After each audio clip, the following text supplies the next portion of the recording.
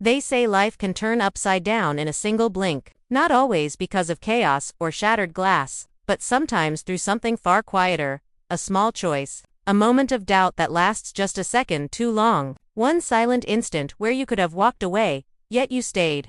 That was my turning point. I still find myself wondering what might have changed if I had turned around that day, brushed off the sound, convinced myself it meant nothing, but I didn't, and that decision split my life cleanly into before and after. I wasn't just watching someone else's disaster unfold. My silence, my pauses, my unwillingness to confront the truth all played their part in what followed.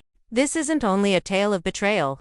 It's about how silence can slowly decay even the strongest bonds, until nothing remains but the hollow echo of what once existed. From the outside, our home appeared flawless, trimmed grass, glowing windows, the subtle scent of fresh paint lingering on the porch. We looked like success, a family that had everything. Inside, though, silence had crept in and settled like dust. Not the warm, peaceful kind, but a dense, suffocating quiet that made every breath feel heavy. Birthdays passed with forced smiles and words that meant nothing.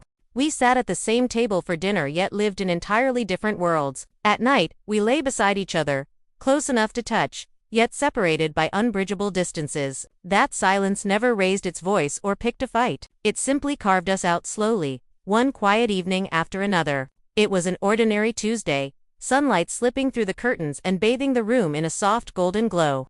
I was tidying the living room when I heard it, a gentle, persistent sound coming from upstairs, steady, intentional.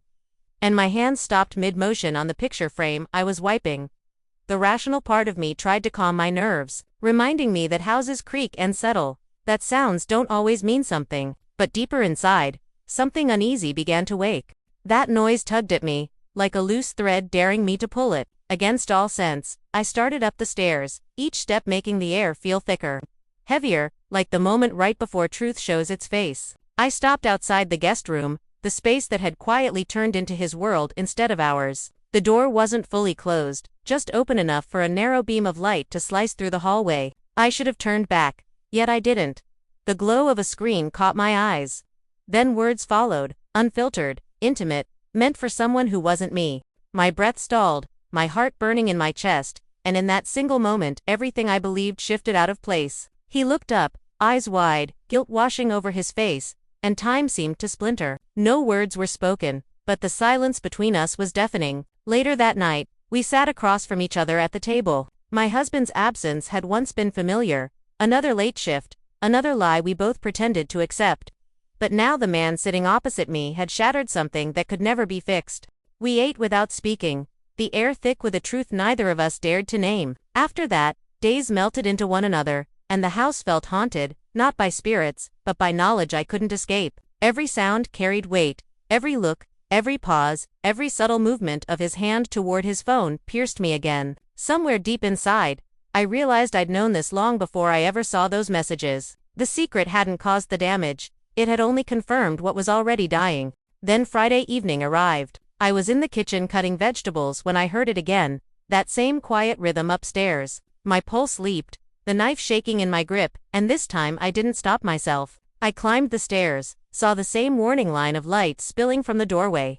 And inside, he was there once more. The same glow greeted me, the same hidden world exposed. But this time I didn't freeze. Why? I asked, my voice breaking yet steady. Why am I not enough? He stumbled over his words, offering half-answers and excuses that fell apart as soon as they left his mouth. It's not what you think. It doesn't mean anything. But it did. It meant everything. It means you chose silence instead of choosing me, I said, my voice shaking though my eyes never left his. The room felt scorched by everything we didn't say. His face flushed with shame, raw and exposed, yet he couldn't meet my gaze. In that instant, the truth settled in painfully clear. The love we once held had drowned long before this night ever arrived. We sat at the table again later, but there was nothing left to disguise. No forced smiles, no effort, no pretending. Just as strangers facing a grave dug by silence. The next morning, I packed a bag without drama or raised voices, moving quietly through the house. Clothes, documents, a few photographs I couldn't bring myself to leave behind. I didn't slam the door when I walked out.